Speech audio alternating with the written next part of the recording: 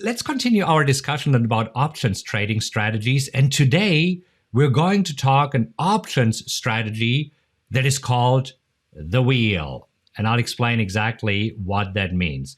But first, let's do a super quick review if you're new to options, or just as a refresher, because it always helps. So first of all, when you are trading options, you can trade calls and you can trade puts, and you can either buy options or you can sell options. When you buy a call, you have the right to buy 100 shares of a stock at the strike price. When you're selling a call, you have the obligation, not the right, the obligation to sell 100 shares of a stock at the strike price. When you buy a put, you have the right to sell 100 shares of a stock at the strike price.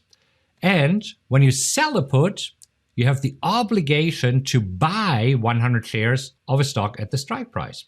So if you're unfamiliar and if they say, well, oh, this is too fast, take a look at the Options 101. It will help you with the strategy here. So let's talk about the strategy, the wheel. First of all, the idea here is to get paid while you wait to buy a stock. And this is actually the Warren Buffett strategy. Warren Buffett is using this strategy that I want to show you. So the most important thing is, first of all, you need to find a stock that you want to own, right? I mean, this is what this is all about. And here for today, for this example, I thought we can take a look at SQ. So SQ, it's Square Inc. It's a technology service. It's a payment processor. And as you can see, SQ has been in a really nice uptrend. It has been trading as high as 130. And let's just say, for our example here, that you want to buy it when it retraces to a price of 100. You see it right here. So let's say you don't want to chase it. You want the stock to come back to you, and you never want to buy a stock at the high. So it's always a good idea when you're buying stocks to buy it when they're retracing. Let's say we want to buy 100 shares of SQ when they come back to 100, and we are bullish. This means we expect the stock to go up in the long run, right? So we have a longer term perspective on SQ. It doesn't matter. It could be Amazon, you could do Walmart, you could do Tesla. So let's just use this here for an example. Now, remember, as we're going back here, selling a put means that you are forced to buy 100 shares of a stock at the strike price. So in this case, we want to use 100. Let's switch to the trading platform. We're going to SQ, and we're looking at an option that is around 30 days out. So right now, the August 21 is 37 days out. So here we're looking at 100 put, and as you can see right now, we are selling the 100 strike price, because this would mean that we have to buy the shares when they drop back to 100. So we sell the 100 put with an expiration of August 21st for right now $3.20. And since options trade in 100 packs, this means that we are receiving, because we're selling it, so we are receiving $320. Again, if you would like to know more about these basics here that are super important, I have a course for you. It's called Options 101. I'll post the link in the description. So we're getting $320. Now let's take a look at this. The broker, in order to do this, he requires only $1,000 in margin. So that is not a whole lot, right? I mean, it's only a little bit because I'm trading here on a margin account. So let's just write this down. Now, of course, if you don't have a margin account, so with no margin account, it would be $10,000. So a margin account in this case makes a lot of sense. Now, let's talk about two possible scenarios. So we're selling it for $320. And so after 35 days, when this option expires, and I know technically it's 37 days, but I want to make the math a little bit easier here. So this is why I'm using 35 days. So after 35 days, it could be that the stock is above $100. If this is the case, you still do not own the stock. So your profit and loss from the stock here is a whopping zero. But since you sold the option for $350, you're making $350. So this doesn't sound a whole lot, right? I mean, $350, but keep in mind that you made this in 37 days and you only needed $1,000 in margin here. So that's pretty good. Because if you think about it, this means you made 35% in 35 days. Not bad at all, based on your margin, right? Based on your margin. And again, if you don't have a margin account, you made 3.5% in 35 days.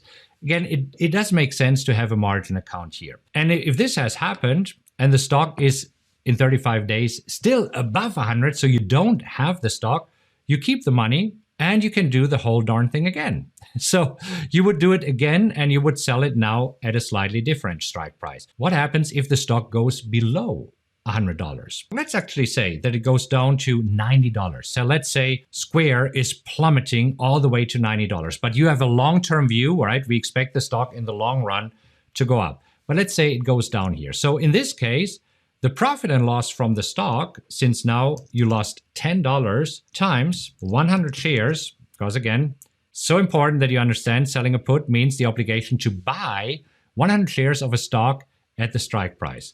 So this is where you would lose $1,000 on the stock. Profit and loss from the option, you still keep the $350. You don't have to give this back again. So this means that now your loss would be reduced to $650. But, super important. You need to understand this. This is open P&L. Only if you would sell the stock right now, then you would realize the loss. So right now you're down on the stock. And now let's see what happens. What can we do? Now that we own this stock, this is where the wheel kicks in. So this would be here the scenario for the wheel. Now that we own the stock, we start selling calls, right? Because what does it mean?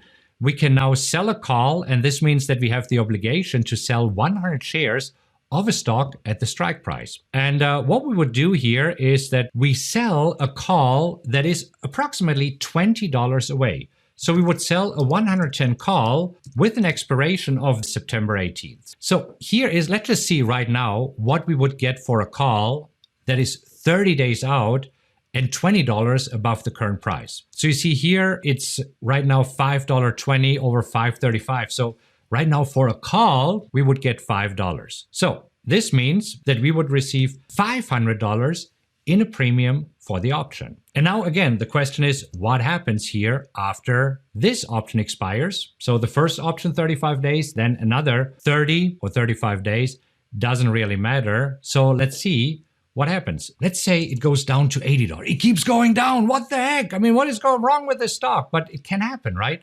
So now on the stock, you would lose $20 times 100 shares. So this means your total loss on this stock is $1,000. But again, this is just the open P&L. You would only realize it if you actually sell it. Now, you made $500 on the option plus, remember, initially we received the $350. So plus the $350 that we received earlier. So we make $850 on the option. And again, this is where, depending on whether you have a margin account or not, this would be 85% in 70 days. But let's just assume that you do not have a margin account, that you're doing this maybe in a retirement account. So it would be 8.5% in 70 days. Not bad at all, right?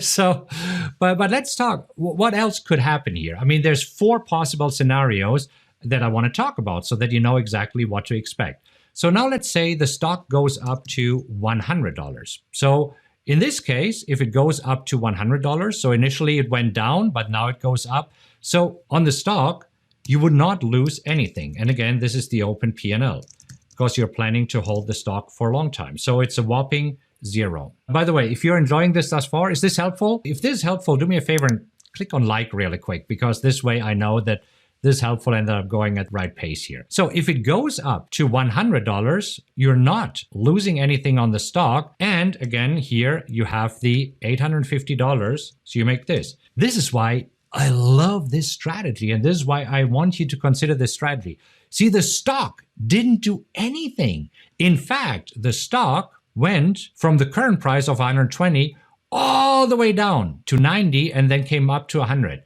So the stock has actually gone down, but you have been making money. How do you like that? Okay, now let's talk about the other two scenarios, because there's a possibility that the stock goes up. So let's say the stock goes up to $105. So if the stock goes to $105, what happens? You're making $5 times 100 shares. So you're making $500.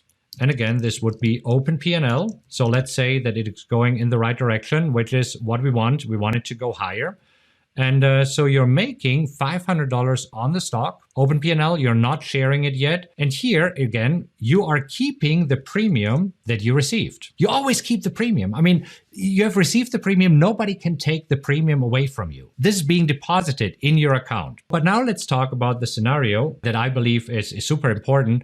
Let's say that the stock is actually going up to $120. So here is what's now super important. Keep in mind, we sold the 110 call because what we said is when the stock went down to 90, we wanted to sell the 110 call. And again, what does it mean? When you're selling a call, it means now you have the obligation to sell 100 shares of a stock at the strike price. So let's talk about this. So if it goes up to 120, it doesn't really matter because you have to sell it at $110. So you only make $1,000 and the shares are gone. You now have no more shares. Your account is shareless, if you want to call it this way. So if it goes up, now it's perfect because you made the 500 plus 350. So you made the 850 plus an additional $1,000. So, and think about it this way. The stock only went up to 120 here. So pretty much of where it is right now. So it means that the stock came down and came back up. So now the stock is up there. And what do you do right now? So this is where the wheel keeps turning. Do it again. Since now you're shareless, what do?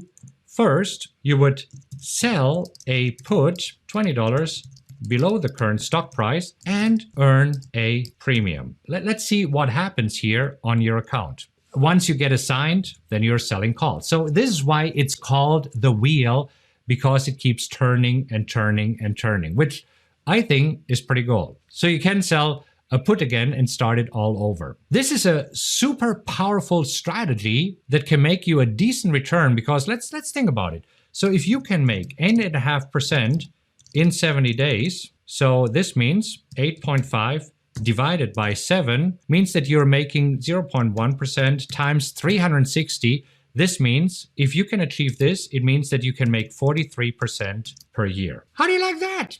Not bad, right? I mean, for me personally, I like to make at least 60%, but it's a great strategy here. So let's do a quick summary because I think it's very important that we do this here. First of all, it's a powerful strategy that can deliver 30% per year rather safely. And by safely say, hey, you can never know. It might be that the stock keeps going down, down, down, down, down. Of course, then you have to keep doing it and your open P&L might show a larger loss and you hope that eventually it goes up, right? So secondly, it is super important that you pick the right stock. And what is the right stock? The right stock is one that goes up in the longer run, right? But you see, yes, you can do this almost forever and keep the premium and you make more money when the stock goes up.